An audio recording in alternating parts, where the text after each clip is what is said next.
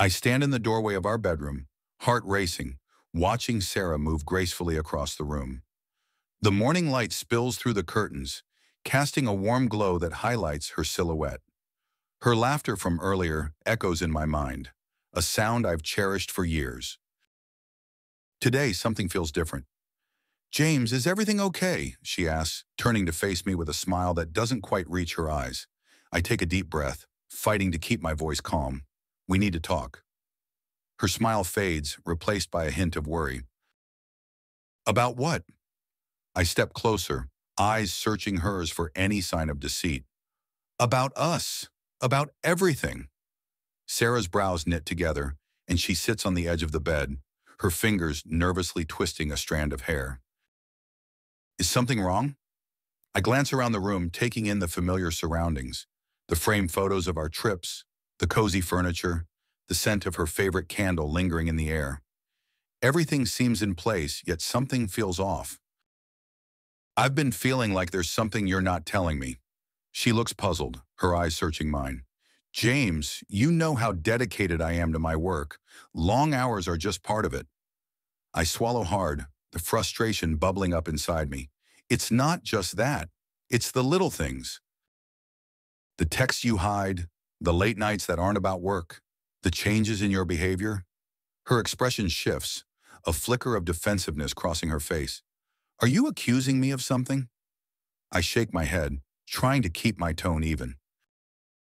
"No, I just feel like there's a distance growing between us. We used to talk about everything. Now it feels like there are walls." Sarah stands, moving to sit beside me on the bed. Her touch is soft, but there's a tension in the air. "Maybe we've both been too busy. Let's try to spend more time together." I reach out, taking her hand in mine, feeling the warmth and the faint tremor beneath her skin. "I want that too. I miss us."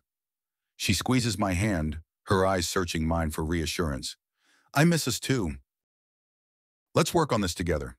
I nod, but a nagging feeling lingers. As I pull back, something catches my eye, a small detail I hadn't noticed before. The ring on her finger is slightly askew, not as I left it last night. My mind races, piecing together moments where things felt off, the way she'd been distant, the unexplained absences, the subtle changes in her demeanor. "Sarah," I say softly, pulling back slightly to study her hand. "Did you change your ring?" She blinks, a hint of surprise in her eyes. "No, why?" I hesitate, the unease growing. "It just looks different. Loose, maybe." Her expression shifts, confusion giving way to a guarded look. "I haven't changed anything. Maybe it slipped off and I didn't notice." I nod slowly, but the alarm bells in my mind are ringing louder.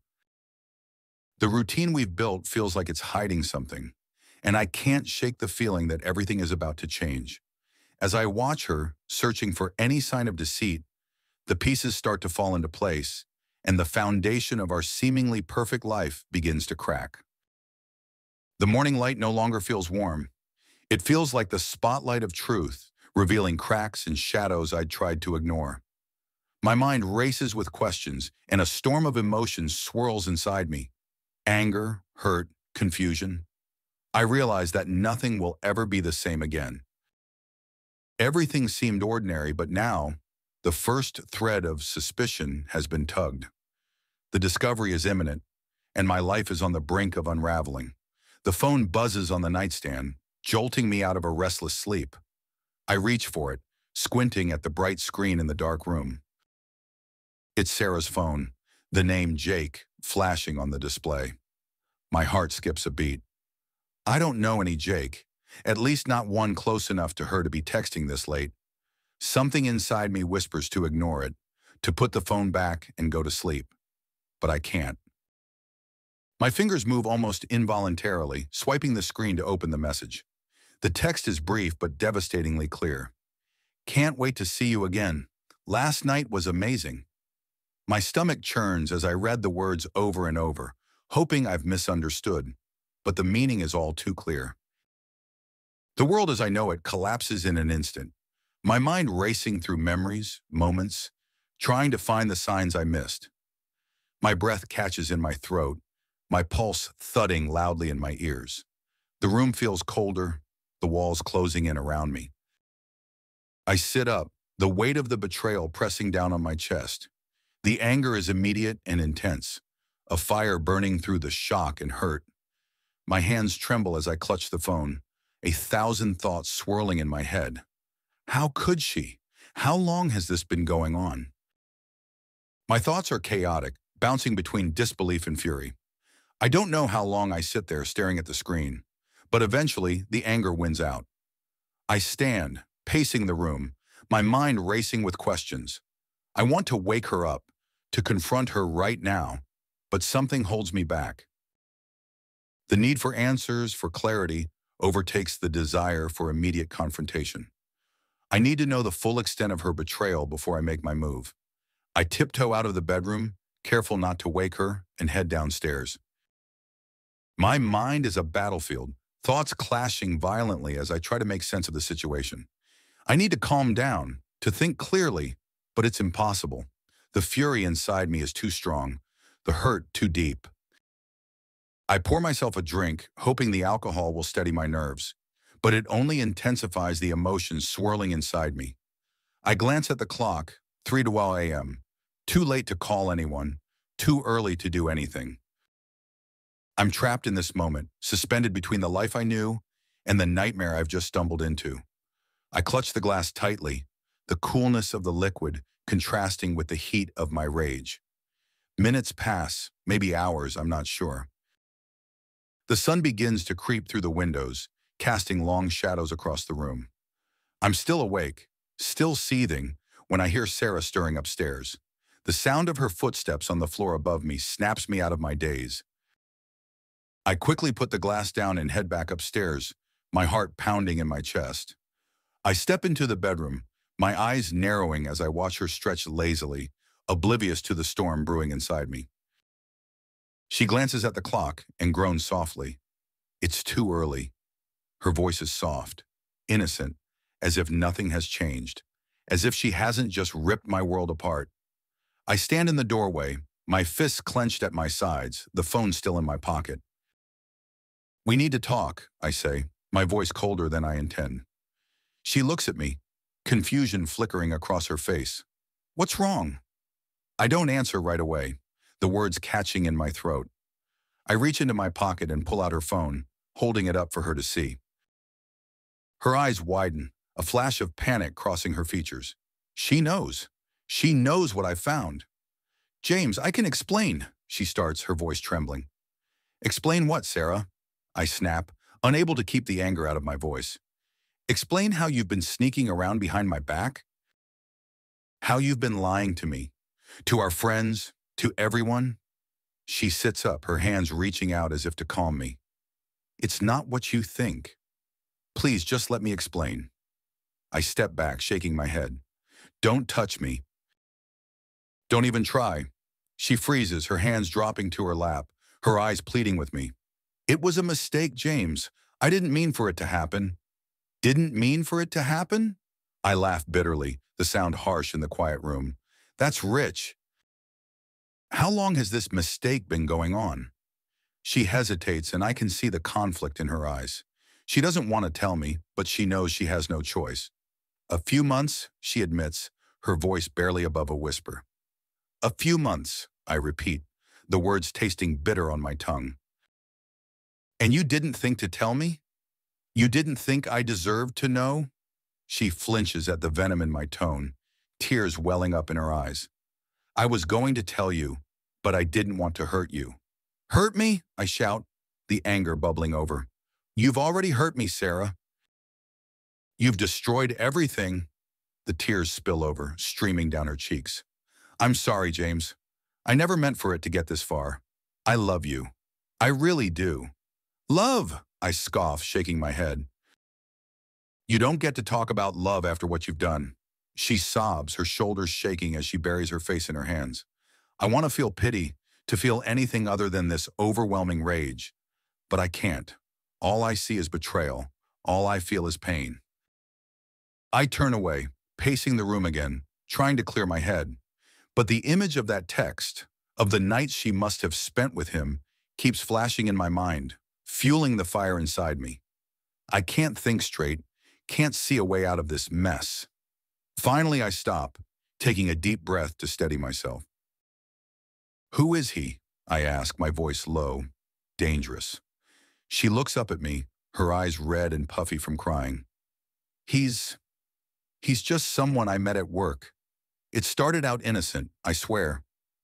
Innocent, I repeat, my voice rising again. Nothing about this is innocent, Sarah. You've been lying to me for months, sneaking around behind my back. There's nothing innocent about that. She flinches again, fresh tears spilling down her cheeks. I'm sorry, James. I'll do anything to make it right, I promise. Make it right? I shake my head, the anger giving way to a cold, hard resolve. You can't make this right. There's no going back from this. She sobs harder, her hands clutching the sheets as if they can somehow anchor her in this storm.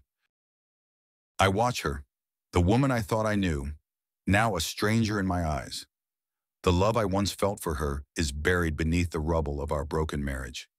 I can't even look at you right now, I say, my voice flat, devoid of emotion. I need time to think. She nods, unable to speak through her tears.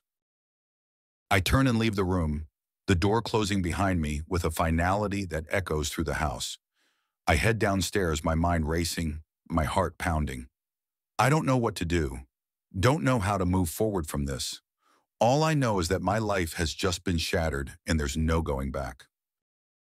I can't stop thinking about it. The betrayal gnaws at me, relentless and unyielding. I sit in the dimly lit study, the only sound the ticking of the clock on the wall. My mind is a mess, a jumble of anger, confusion, and a desperate need to understand. I need to know everything, how long it's been going on, how deep it runs. I can't just let it slide. I need answers, and I'm going to get them. I start with her phone. She's asleep, the exhaustion from our confrontation pulling her into a restless slumber. I unlock her phone with a code I've memorized from watching her over the years. The same code she's used for everything. The irony isn't lost on me, trusting me enough to share her passcode, but not enough to remain faithful. I scroll through her messages, my heart pounding with each swipe.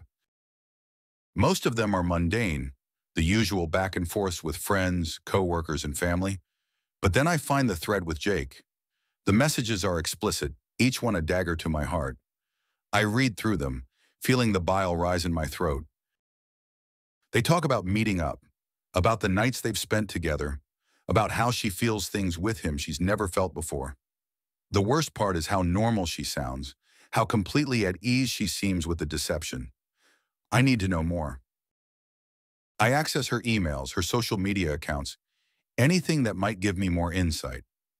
I find hotel reservations, plans made under the guise of business trips, and even a few photos she's hidden away in a private folder. Each discovery feels like a fresh wound, and yet I can't stop myself. I have to see it all, even if it destroys me. The messages reveal something else too, hints of a deeper connection between them, something beyond just physical attraction. They talk about a plan, something that's supposed to happen soon. The details are vague, but it's enough to make me suspicious. There's more to this than just an affair. I feel it in my gut. The next morning I follow her. She leaves for work, her demeanor tense, probably still reeling from our confrontation. I keep my distance, making sure she doesn't notice me. She drives to her office as expected, but she doesn't go inside.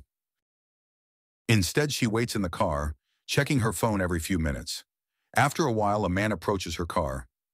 Even from a distance, I recognize him. It's Jake. My blood runs cold. They talk for a few minutes, their conversation animated.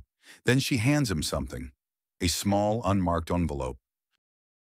He tucks it into his jacket pocket and walks away, leaving her sitting in the car, her hands gripping the steering wheel like a lifeline. I follow him next, keeping to the shadows as he moves through the city.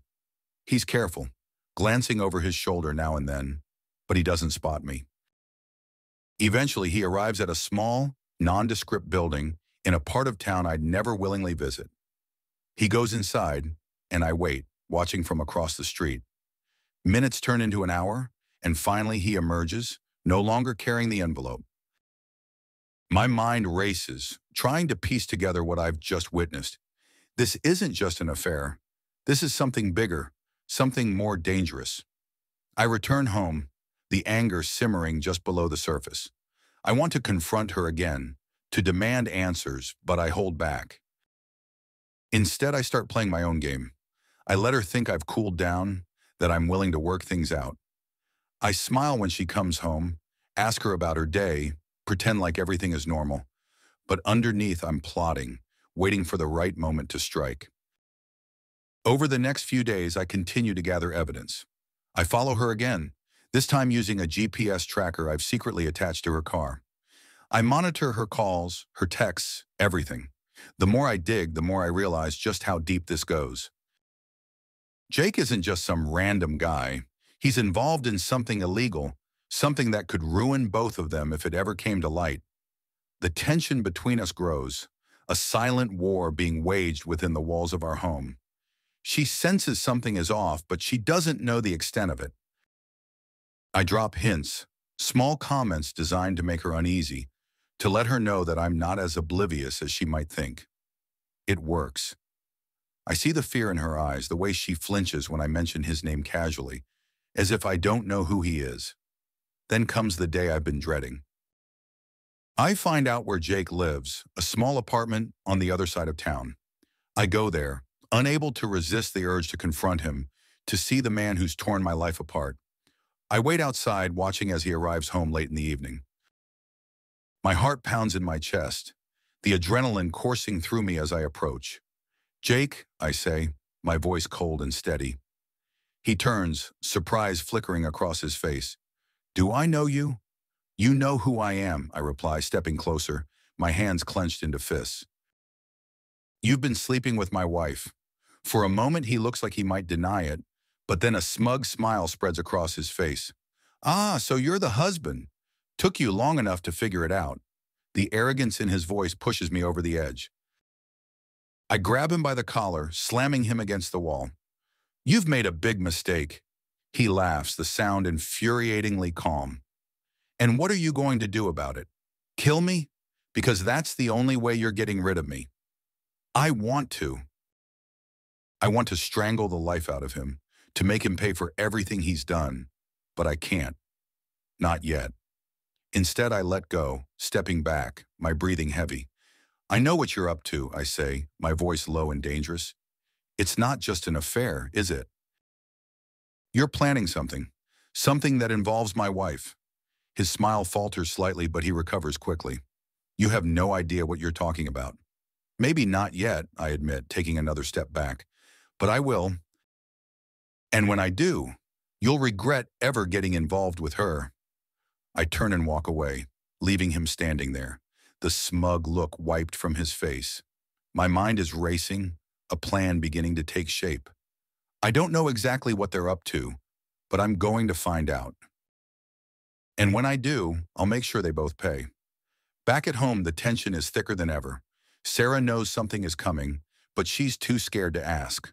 I can see it in the way she avoids my gaze, the way she jumps at every sudden sound. The game is still on, and I'm in control now. I continue my investigation, digging deeper into Jake's background, his connections, his past. I find more than I bargained for, a history of shady deals, criminal associations, and a trail of ruined lives in his wake. Sarah is caught up in something far more dangerous than she realizes, and I'm the only one who can stop it. The stakes are higher than I ever imagined, but I can't back down now. I'm in too deep, and there's no turning back. I have to see this through to the end, no matter the cost. The game is just beginning, and I intend to win. I wait until the house is dark and silent. Sarah is in the bedroom, pretending to sleep, while I sit in the living room, staring at the evidence I've gathered. Every message, every photo, every detail is laid out before me, a sickening testament to the betrayal I've uncovered. I can't let it go on any longer. Tonight, I confront her. Tonight, everything comes to a head. I take a deep breath and stand, my legs heavy as if the weight of the world is pressing down on me. I walk up the stairs, the creak of the wood under my feet echoing through the quiet house. When I reach the bedroom, I push the door open and step inside. She's lying on her side, facing away from me, her breathing steady, but I know she's not asleep. "Sarah," I say, my voice cutting through the darkness. She stiffens, then slowly turns to face me. Her eyes are wide, filled with fear, guilt, and something else. Maybe a sliver of hope that I'll back down, that I won't follow through. But I'm done holding back. "We need to talk," I say, my voice hard and unyielding. She sits up, pulling the blanket around her, as if it can shield her from what's coming. "James, please. Not now, it's late." "Now," I insist, stepping closer, the anger simmering just below the surface. "I know everything, Sarah. I know about you and Jake. I know about the meetings, the lies, the plans you've made behind my back." Her face pales and she stares at me, her mouth opening and closing as if she's struggling to find the right words. "It's not what you think. It's exactly what I think," I snap, cutting her off. "I've seen the messages, the photos, everything. You've been lying to me for months, and I want to know why." Tears well up in her eyes, but I don't let them sway me. I'm past the point of pity. I need answers. "It started out innocent," she says, her voice trembling. "I never meant for it to go this far." "Innocent?" I laugh bitterly. "There's nothing innocent about what you've done, and don't pretend like you didn't know what you were doing." She flinches, the tears spilling over, but I don't let up. I need to know the truth, all of it. "What was the plan, Sarah?" I ask, my voice low and dangerous. "What were you and Jake planning?" Her eyes dart away and she hesitates, the guilt etched on her face. "It was never supposed to involve you, James.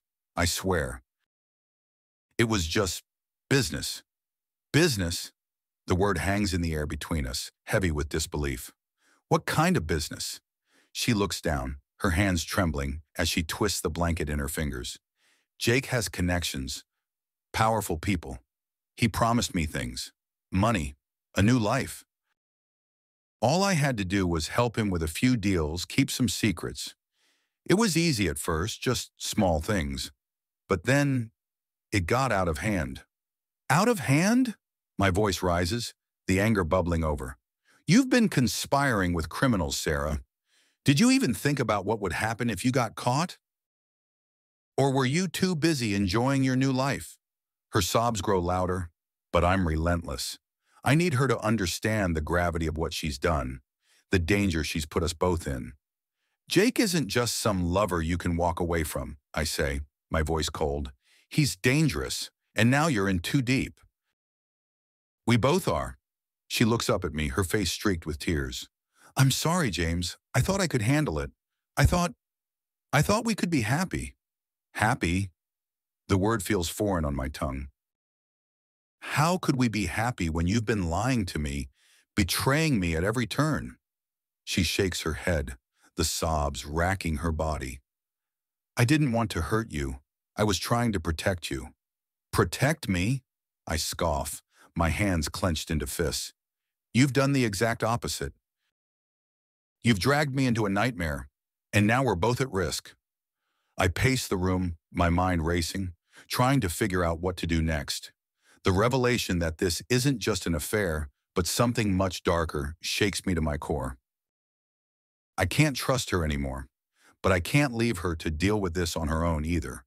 We're both in too deep. "James, please," she whispers, her voice barely audible. "We can fix this. We can get out of it, I promise." I stop and turn to face her, the anger still burning in my chest. "How, Sarah? How do we get out of this? You think Jake is just going to let you walk away? Let us walk away?" She doesn't answer, her silence telling me everything I need to know. There is no easy way out. We're trapped, and the only way forward is through the storm. "We need to confront him," I say, the decision forming in my mind as I speak. "We need to make him understand that this ends now. No more deals, no more lies." Her eyes widen in fear. "You can't confront him, James. He's dangerous. He'll kill you." "Maybe," I admit, my voice steady. "But I'm not going to let him ruin our lives any more than he already has." She shakes her head, the fear in her eyes growing. "There has to be another way." "There isn't," I say firmly. "I'm going to end this one way or another. I leave the bedroom, her sobs echoing behind me as I head downstairs. I grab my phone and dial Jake's number, my heart pounding in my chest. He answers on the second ring, his voice cold and clipped. "What do you want?" "We need to talk," I say, my voice hard. "In person. Tonight." There's a pause, then a low chuckle. "You're brave, I'll give you that. But I don't think you know what you're getting yourself into." "Maybe not," I reply, my grip tightening on the phone. "But we're going to settle this one way or another." He gives me an address, a time, and then hangs up. I stare at the phone, my mind racing. This is it, the moment everything comes to a head. I drive to the meeting place, a rundown warehouse on the outskirts of town. The night is dark, the air thick with tension. I park the car and sit for a moment, gathering my thoughts, preparing myself for whatever comes next. I'm not sure if I'll make it out of this alive, but I have to try. I step out of the car, the cool night air hitting my face as I walk toward the warehouse. The door creaks as I push it open, the sound echoing through the empty space. Jake is waiting inside, his expression smug, confident. He's surrounded by a few men, their eyes cold, assessing. "You've got gut," he says, a smirk playing on his lips. "I'll give you that." "I'm not here to play game," I reply, my voice steady despite the fear gnawing at my insides. "This ends tonight." He raises an eyebrow, amused. "And how do you plan on doing that?" I step closer, my eyes locked on his. "You let Sarah go. You let us both go, and we walk away from this. No more deals, no more lies. We're done." He laughs, the sound harsh and mocking. "You think you can just walk away? You're in this, whether you like it or not." There's no walking away. I feel the rage boiling inside me, the tension reaching its peak. "I'm not asking, Jake. I'm telling you. This ends tonight." He stops laughing, his eyes narrowing as he steps closer, his face inches from mine. "You don't get to tell me what to do, James. You're in over your head and you have no idea what's at stake here." I don't flinch, my resolve hardening. Maybe I don't, but I'm willing to find out. The tension in the air is electric, the confrontation about to explode. I can feel the danger, the threat hanging over us like a storm cloud, ready to burst. This is it, the moment that will decide everything. Jake's eyes narrow, his smirk fading as the tension between us grows. I stand my ground, refusing to back down, even as the fear gnaws at the edges of my resolve. The men surrounding him shift, sensing the volatility of the moment, ready to spring into action at a word from him. But Jake doesn't move. Instead, he tilts his head slightly, studying me, as if trying to figure out what I'm really made of. "You think you can just come in here and make demands?" he says, his voice low and dangerous. "You have no idea who you're dealing with." "I know enough," I reply, my voice steady. "I know that whatever plan you had with Sarah, it ends tonight. You let her go, and we walk away." "That's the deal." Jake chuckles, the sound cold and devoid of humor. "You think I care about her? About you? You're just pawns in a much bigger game. But I'll tell you what. You walk away now, and I might let you live." The threat hangs in the air, heavy and suffocating. I can feel my pulse pounding in my temples, but I refuse to let the fear show. I'm not leaving without her, and I'm not letting you pull her deeper into whatever this is. For a moment, we just stare at each other, the silence between us charged with the promise of violence. Then Jake's expression hardens. "You really think you can save her? You're more naive than I thought." Before I can respond, he nods to one of the men, a silent command that sends a ripple of movement through the room. I brace myself, but before I can react, two of the men grab me, their grips like iron as they force me to my knees. Jake steps closer, looming over me, his expression one of cold indifference. "I was going to let you walk away," he says softly, "but you just couldn't leave it alone, could you? Now you've made this much more complicated." I struggle against the men holding me, but it's no use. They're too strong, their grips too tight. I glance up at Jake, my heart racing, but I refuse to show any fear. "You're making a mistake," I say through gritted teeth. "You don't want to do this." Jake crouches down, his face inches from mine. The only mistake I made was letting her think she could trust you. But don't worry, you won't be a problem much longer. He stands up and steps back, giving another nod to the men holding me. One of them pulls out a gun, the cold metal pressing against the back of my head. My breath catches, the reality of the situation slamming into me with brutal force. This is it. This is how it ends. But then, just as I brace myself for the inevitable, a door slams open, the sound echoing through the warehouse. Everyone freezes, and for a split second, the tension in the room shifts. I twist my head, just enough to see a figure standing in the doorway. Sarah. "Stop!" she screams, her voice raw with desperation. "Jake, stop this right now!" Jake hesitates, his gaze snapping to her, surprise flickering in his eyes. "What the hell are you doing here?" "I'm ending this," she says, her voice trembling but resolute. She steps further into the room, her hands shaking, but her eyes locked on Jake. "You're not going to hurt him. Let him go, and I'll do whatever you want." Jake's expression darkens, the amusement gone. "You think you can make demands now? You've already betrayed me, Sarah." "Why should I listen to anything you have to say?" "Because you need me," she replies, her voice stronger now. "You still need me to finish this deal, and you know it. If you hurt him, I'm done. You'll lose everything." The room goes deadly quiet, the tension thick enough to choke on. Jake stares at her, his mind clearly racing, weighing his options. Finally, he nods to the men holding me.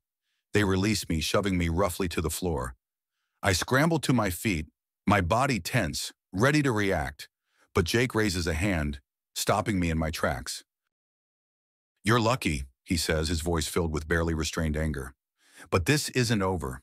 Not by a long shot." He turns away, his focus shifting to Sarah. "You'd better follow through on your end, or I'll make sure both of you regret it." She nods, swallowing hard, and for a moment, our eyes meet. There's so much I want to say, but now isn't the time. I force myself to stay calm, to follow Jake's lead as he heads for the door. The men trail after him, their eyes cold and watchful, and just like that, they're gone, leaving us alone in the warehouse.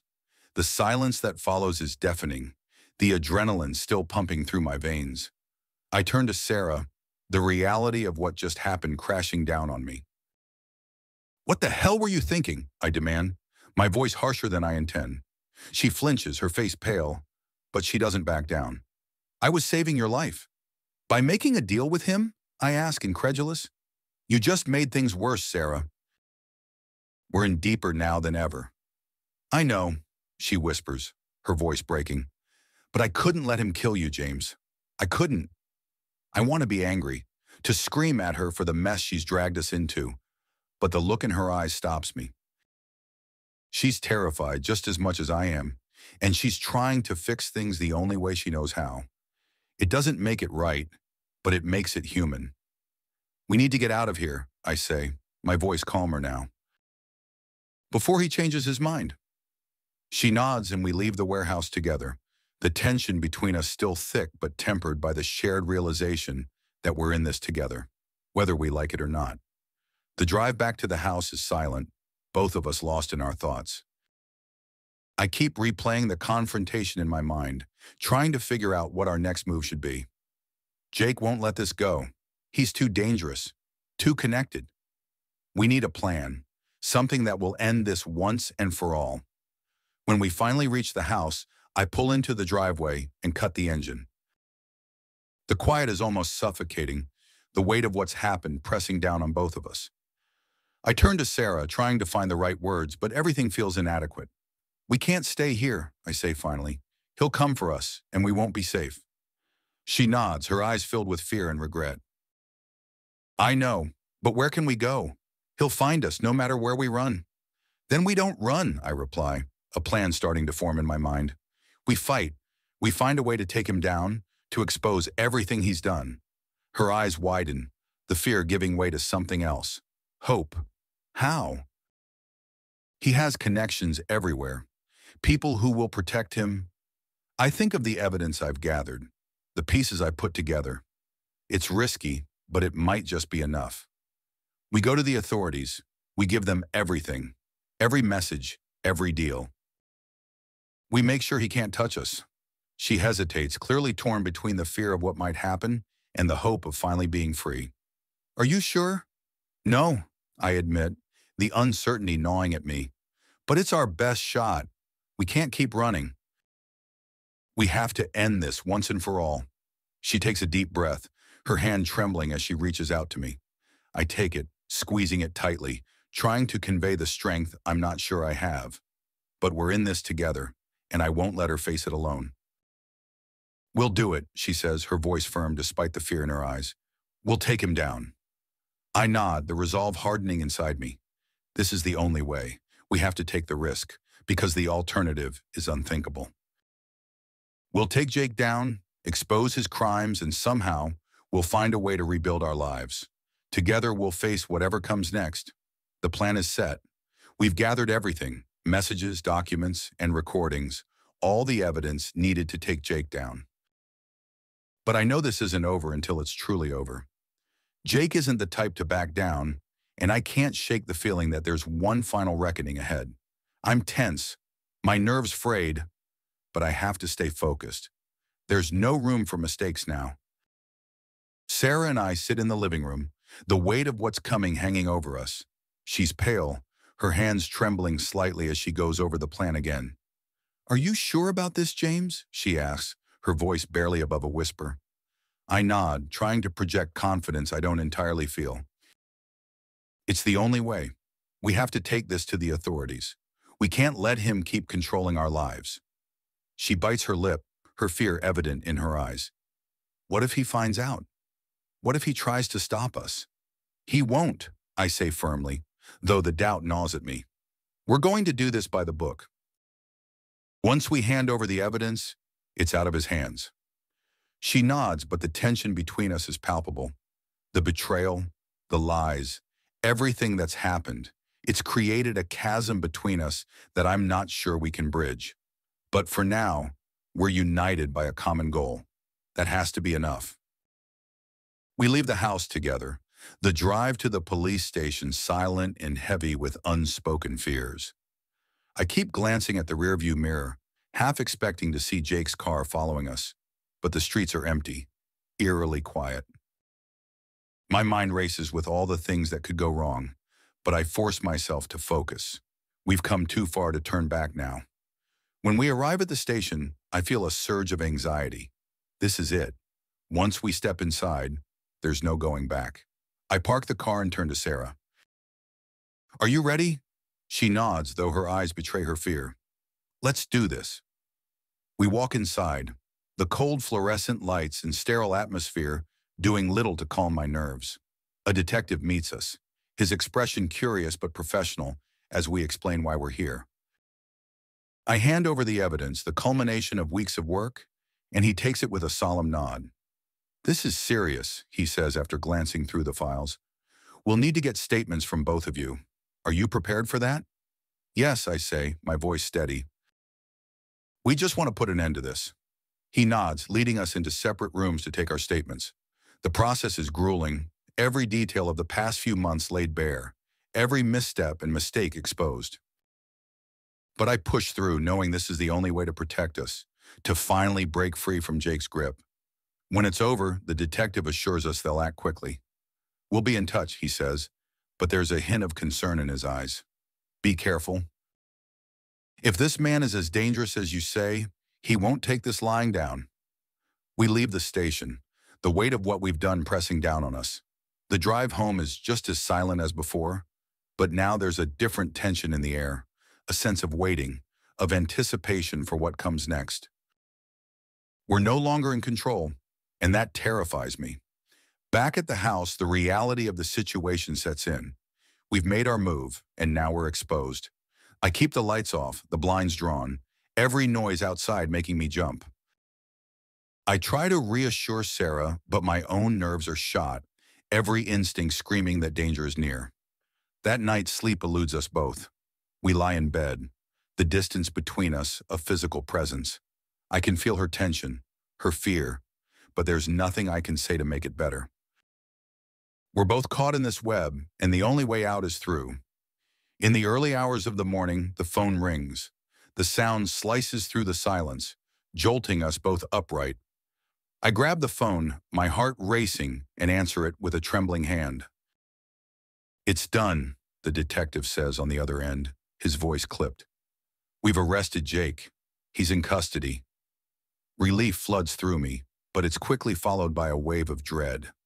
"What now?" I ask, my voice barely steady. "Now, you stay safe," he replies. "We've taken measures to ensure he can't contact you, but be vigilant. This isn't over until he's convicted." I hang up, the words echoing in my mind. This isn't over. I turn to Sarah, who's watching me with wide eyes. "They got him," I say, the words feeling hollow. "But we still have to be careful." She nods, but the fear in her eyes doesn't diminish. "What if he has people on the outside? What if—" "Don't think about that," I say quickly, not wanting to give voice to the fears already swirling in my mind. "We've done everything we can. Now we just have to trust the system." But trusting the system is easier said than done. The next few days are a blur of anxiety and waiting. The news of Jake's arrest spreads quickly, but with it comes a sense of impending doom. We're constantly looking over our shoulders, jumping at every unexpected sound, every knock at the door. One evening, just as the sun is setting, there's a knock at the door. My heart leaps into my throat, and I exchange a tense glance with Sarah. I grab a knife from the kitchen, my pulse racing as I approach the door. Slowly I open it, ready for anything. But it's not Jake. It's one of the detectives, his expression grim. "We need to talk," he says, stepping inside without waiting for an invitation. "What's going on?" I ask, dread curling in my stomach. "There's been a development," he says, his tone making it clear it's not a good one. "We've uncovered evidence that Jake wasn't working alone. There are others involved, and we believe they may be planning something in retaliation." The words hit me like a punch to the gut. "What kind of retaliation?" "We're not sure yet," he admits, his expression apologetic, "but we're increasing security around you both. We'll be watching, but you need to be extra cautious." I nod numbly, the world spinning around me. This nightmare isn't over, not by a long shot. As the detective leaves, I close the door and lean against it, trying to steady my breathing. Sarah approaches, her face pale, her hands trembling. "What did he say?" she asks, her voice shaking. "They found more people involved," I say, the words feeling heavy in my mouth. "They think there might be retaliation." She gasps, her hand flying to her mouth. What do we do?" "We follow their advice," I say, trying to project a confidence I don't feel. "We stay vigilant. We protect ourselves." But as I say the words, I can't help but feel the creeping sense of dread. We've started something we can't control, and now we're in the crosshairs of people who won't hesitate to take us down. The days that follow are a blur of fear and uncertainty. We barely leave the house, every sound sending us into a panic. The police presence is reassuring, but it's not enough to dispel the fear that has taken root in our lives. We're trapped, waiting for the next move, unable to escape the consequences of our actions. And then, one night, it happens. I wake up to the sound of shattering glass, the noise ripping through the quiet of the night. My heart slams in my chest as I bolt upright, my mind racing. Someone's inside the house. I grab the knife I've kept by the bed, the cold steel reassuring in my hand. "Sarah, get up," I whisper urgently, shaking her awake. She stirs, confusion turning to fear as she realizes what's happening. We move quietly, every sense on high alert. The intruders are moving through the house, their footsteps heavy and deliberate. I can feel the terror clawing at me, but I push it down. I have to protect us. As we make our way toward the back door, hoping to slip out unnoticed, a figure steps into our path. It's one of Jake's men, his face twisted with anger and malice. He lunges at us, but I'm faster, the knife flashing as I strike. The impact jars my arm, the blade sinking into flesh. But I don't stop. I can't stop. The man goes down with a grunt, but there's no time to think. More footsteps, more danger. We make a break for the door, the cold night air hitting us as we burst outside. The police are already there, their guns drawn as they rush toward the house. The chaos that follows is a blur. Shouts, flashing lights, the crack of gunfire. But finally, it's over.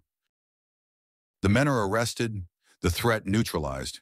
As I stand there, the adrenaline draining from my body, I realize that we've made it through the storm. We're alive. But the cost has been high, and the scars will take time to heal. This is the reckoning, the moment where everything comes to a head, where the choices we've made lead to their inevitable conclusion.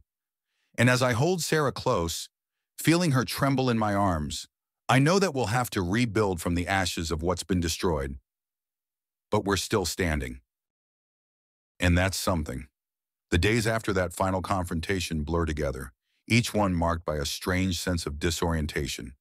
It's as if time has slowed down, forcing me to live each moment in agonizing detail. I think back on everything that's happened, the lies, the betrayal, the danger, and wonder how it all went so wrong. The house is quiet now, but it's not the peaceful quiet I used to cherish. It's a silence filled with the echoes of what's been lost. Sarah and I barely speak. The weight of everything that's transpired has created an unbridgeable distance between us. We exist in the same space, but we're no longer truly together. There are moments when I look at her, and I can see the regret in her eyes, the remorse for what she's done. But there's something else too, a recognition that we can never go back to the way things were. I spend most of my time reflecting, trying to make sense of it all. The choices I made, the things I did, I question whether I would do them differently if given the chance. But deep down, I know the answer. The person I've become, the man shaped by these experiences, couldn't have acted any other way. I'm not proud of everything I've done, but I understand why I did it. There's a cold comfort in that realization. The trial is looming, a dark cloud on the horizon.